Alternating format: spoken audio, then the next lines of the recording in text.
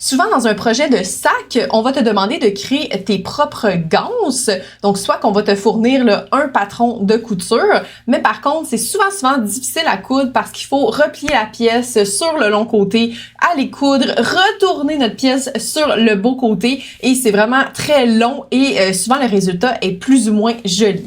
Pour que ça soit plus facile dans ton projet, tu pourrais aussi utiliser une ganse qui est toute faite, soit une ganse en coton ou en polyester qui est déjà là, vendue au mètre et qui peut te servir à faire ton projet. Donc, tu viens tout simplement là, mesurer pour avoir la bonne longueur et venir la coudre dans ton projet comme si c'était la ganse du patron.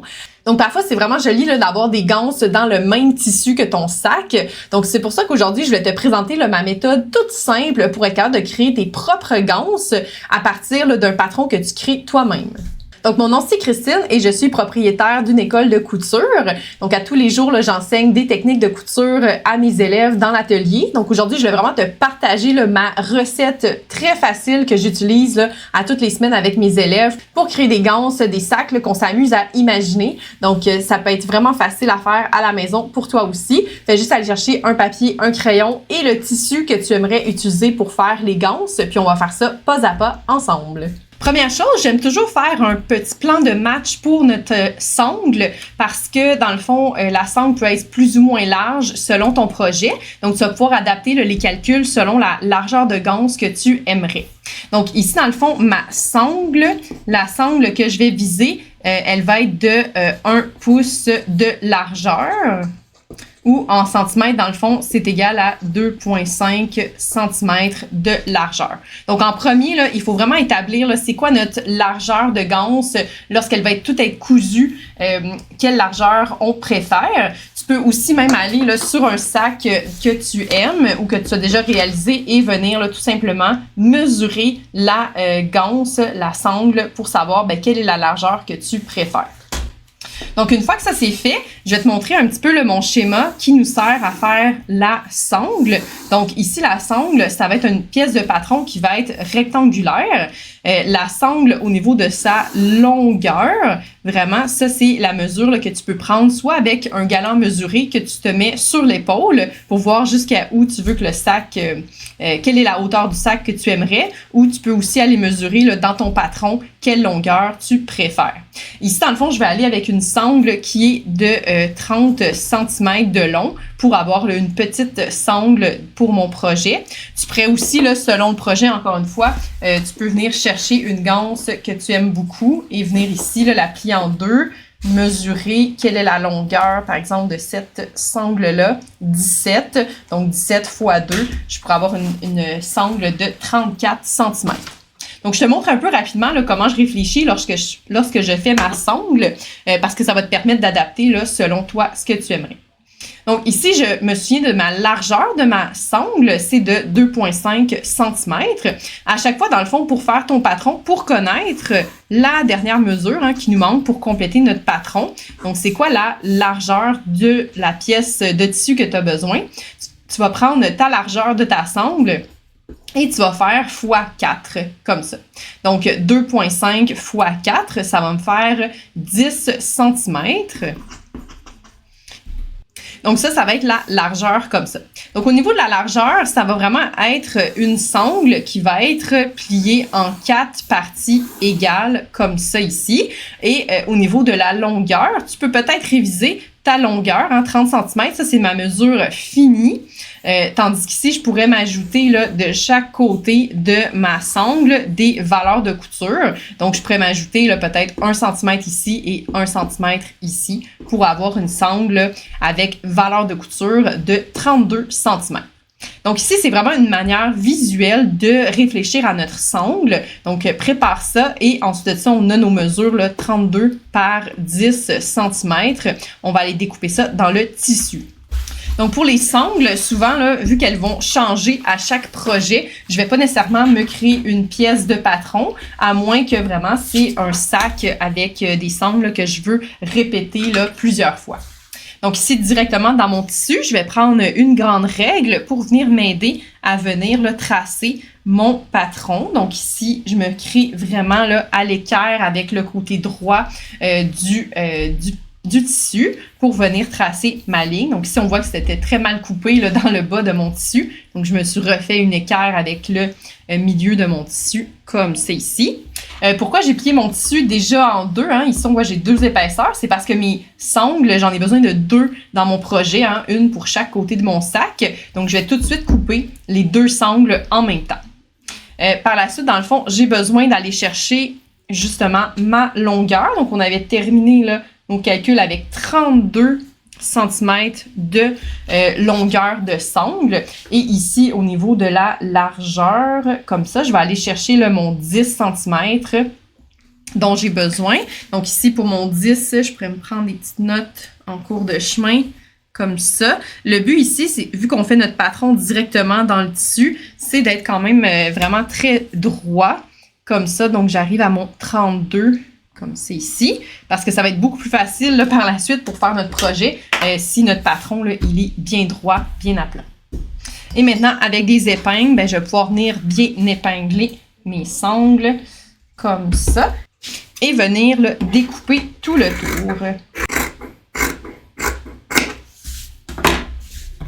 Donc, une fois que mes 2 pièces sont coupées, là, je vais te montrer au fer à repasser. Là, c'est quoi ma méthode pour, dans le fond, tout plier la ganse. Donc, on la prépare au fer à repasser. Comme ça, à la machine à coudre, bien, tout est déjà prêt pour aller coudre et c'est très facile de voir là, exactement où aller coudre. Donc, ici, on ne va pas replier ici et aller coudre à 1 cm dans le haut. C'est vraiment une autre technique parce qu'après ça, comme je disais, retourner la sangle de côté, c'est très long, surtout si on a plusieurs sacs là, à faire. Donc ici, on est au fer à repasser. J'ai ma première sangle. On va faire là, les mêmes étapes pour les 2 sangles. Donc ici, j'ai mis des épingles près de moi parce que je vais m'en servir pour être capable de préparer mes sangles au fer à repasser sans me brûler. Donc ça, c'est vraiment important. Donc là, ici, ce que je vais venir faire, c'est replier sur la longueur ma sangle. Ici, ça paraît pas dans mon tissu, mais vraiment, je viens mettre l'envers sur l'envers. Donc, je devrais seulement voir là, l'endroit de mon tissu comme ça. Et je viens, dans le fond, épingler directement dans la planche à repasser. Donc, souvent, on ne sait pas qu'on peut faire ça, mais on peut venir piquer directement dans la planche comme ça. Et je vais venir avec le fer à repasser, vraiment presser pour, dans le fond, replier là, parfaitement en 2 mon tissu sur la longueur.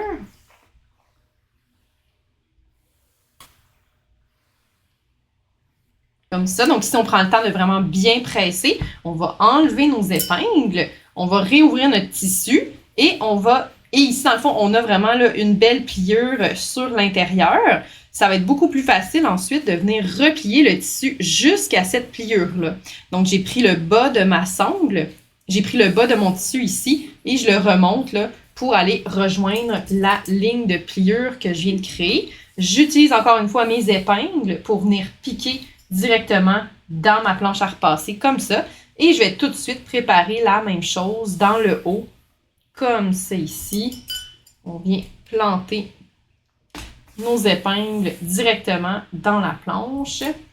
Donc ça peut vraiment beaucoup nous aider là, de faire ça. Ici, ben, mes épingles, hein, la partie de métal, c'est correct de passer dessus avec le fer. Par contre, là, j'essaie de ne pas attraper les petits morceaux de plastique parce que, justement, ça pourrait fondre au fer à repasser. Donc, je prends bien mon temps d'aller chercher cette nouvelle, hein, ces 2 nouvelles pliures-là dans ma sangle.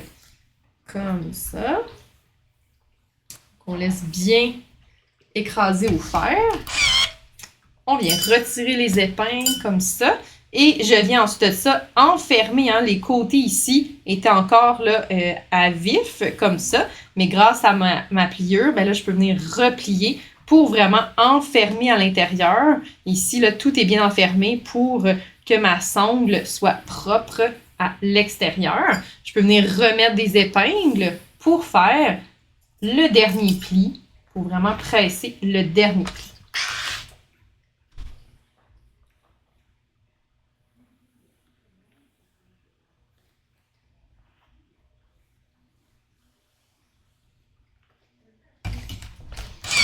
Comme c'est ici. Donc, maintenant que tous mes plis ont été faits, donc je me sers vraiment de mon fer à repasser pour tout placer ça. Je peux, là, avant de me diriger vers la machine à coudre, venir mettre des épingles comme ça, là, peut-être 3 épingles sur ma longueur de ma ganse. Là, ce que je vais aller faire, c'est que je vais aller coudre à la machine à coudre 2 coutures, donc une de chaque côté de ma ganse. La plus importante, c'est surtout celle qui va me servir à refermer ici mes tissus là, ensemble pour bien fixer ma sangle. Tu peux déjà faire là, au fer à repasser la deuxième sangle pour qu'elle puisse être cousue là, en même temps à la machine à coudre. À notre machine à coudre, on a vraiment le côté là, qui est ouvert comme ça. Donc, le côté qu'on va prioriser, il faut absolument le fermer. Ici, à la machine à coudre, je veux aller faire vraiment une surpiqûre, donc une couture qui est quand même près du bord, là, à 3-4 mm du bord le maximum. Donc, ce que je vais faire, c'est que je vais pouvoir utiliser, là, dans mon cas, les coches dans mon pied. Donc ici, dans le pied de ma machine à coudre, là, je vais juste faire sortir la petite patte et venir là, m'installer dans l'intérieur comme ça. Super important, on se met vraiment là, plus à l'intérieur de notre ganse parce que c'est plus épais. Donc on ne veut pas faire du surplace là, dès le début. Et on va aller faire notre point d'arrêt. Ça, fais attention aux épingles, là, les retirer. Et je vais tenir ma mesure là, tout le long.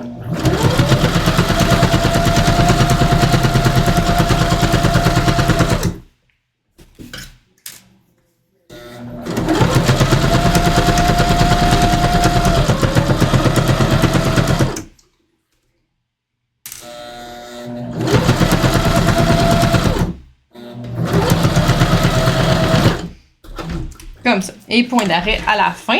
Donc là, j'ai pu coudre toute la longueur de ma sangle comme ça. Et je pourrais tout simplement là, faire ça pour ma sangle, mais je trouve que c'est toujours plus joli d'avoir, là, surtout quand notre sangle est un peu plus grande, comme ici, c'est une sangle de 1 pouce de large. C'est plus joli d'avoir là, la surpiqûre de chaque côté.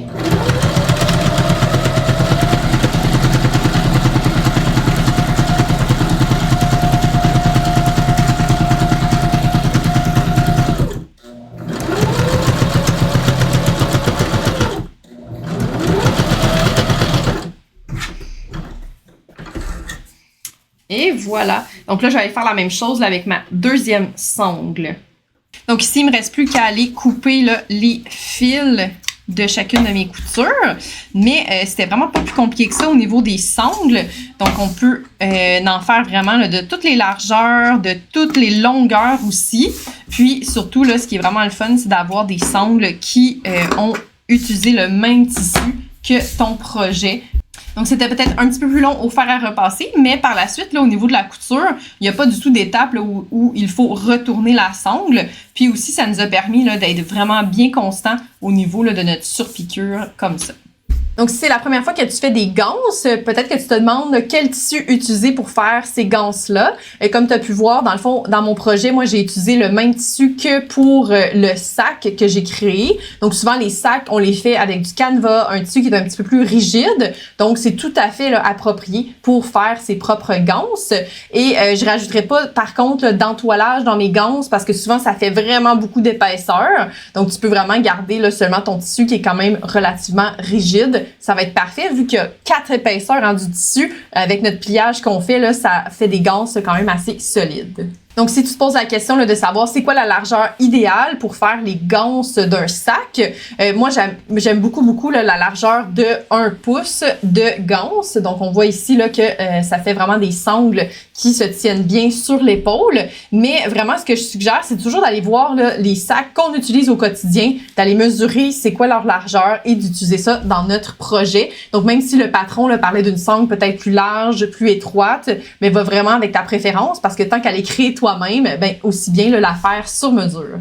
C'est maintenant créer tes propres sangles avec ma méthode infaillible pour pouvoir créer les sangles de ton choix, de la bonne largeur, de la bonne longueur. Donc vraiment, là, je te suggère d'essayer cette nouvelle technique-là dans ton prochain projet. Si justement tu es en train de coudre un sac et tu as toutes les difficultés du monde à utiliser ta machine à coudre, donc ça fait du surplace, ça te prend 30 minutes de faire une seule couture, ça avance pas, mais peut-être que tu as besoin là d'avoir de l'aide pour utiliser ta machine à coudre. Donc tu te demandes peut-être si tu as vraiment besoin d'un cours de couture. Donc j'ai préparé là un petit quiz qui est gratuit qui va t'aider là à faire vraiment ton diagnostic pour savoir est-ce que tu as besoin d'aide ou non avec ta machine à coudre. Donc le lien est juste ici là dans la description. Réponds là à quelques questions et tu vas déjà savoir là si tu as besoin d'un accompagnement ou non. Donc, c'est déjà tout pour cette capsule testée en atelier. On se revoit dès la semaine prochaine. Bye bye!